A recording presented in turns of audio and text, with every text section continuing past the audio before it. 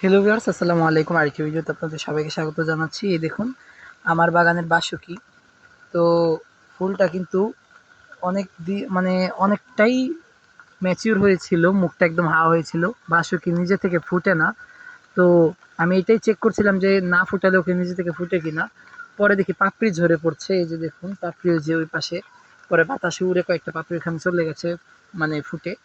আর গত কয়েকদিন যাবত এত বৃষ্টি ভেবেছিলাম বৃষ্টির জলের ঝাপটায় হয়তো নিজে নিজে ফুটে যাবে, যেই পরিমাণ বৃষ্টি হয়েছে সেটাও হলো না। তো পরে আজকে সকালে এসে নিজেই ফুটিয়ে দিয়েছি। দেখুন ফুলের চেহারাটা কত সুন্দর, মাশাল্লাহ। এরকম আমি না বাসুকি যে এটা আমি জানতাম না, সত্যি কথা বলতে। আমি ভেবেছিলাম এটা অন্য কোনো ভ্যারাইটি হবে। পরে পিঙ্ক ক্লাউড ভেবে বসেছিলাম, পরে দেখি এটা মানে বাসুকি। এখন আর কি বলবো, বাসুকি আমার অনেক দিনের শখ ছিল, কিন্তু আমি মনে করেছিলাম বাসুকি অতিরিক্ত বড় জায়গা লাগে, এই কারণে কিন্তু কিনিনি।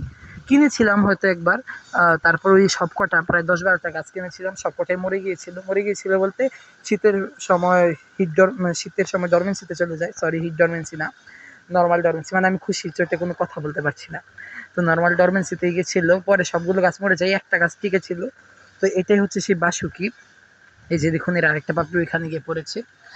তো পিঙ্ক আউট করতে করতে কিন্তু সব দেখে ফেলেছি। এই যে দেখুন এটা হচ্ছে আমার বাগানের ডাসাবিন। সব দেখে ফেলা হয়েছে, এখন বুঝতে পেরেছি আমার বাগানে পিঙ্ক আউট নেই, ওটা হারিয়ে গেছে। কিন্তু আমার বাগানে এই বাসকি রয়ে গিয়েছে, যেটা আমার অনেক পছন্দের একটা ভ্যারাইটিতে পরিণত হয়েছে। পাপড়ির পরিমাণ দেখেছেন কি পরিমাণ! ডাসাবিনকেও হয়তো ছাড়িয়ে যাবে। আর ডাসাবিনের প্রত্যেকটা পাপড়ির আগায় আগায় কিন্তু এরকম সাদা সাদা স্পট আমি খেয়াল করিনি আমার গাছের ফুলগুলোতে, কিন্তু এটাতে কিন্তু সাদা সাদা স্পটগুলো এই যে দেখুন হাতে ভেঙে চলে এসছে। এগুলো মূলত পুংকেশর, যেগুলো তারই একটা রূপান্তরিত রূপ। হাইব্রিডাইজেশনের কারণে পুংকেশরগুলো পাপড়িতে রূপান্তরিত হয়েছে আমার যা মনে হয়। কারণ পুংকেশরের অগ্রভাগে যে ধরনের পরাগধানী থাকে,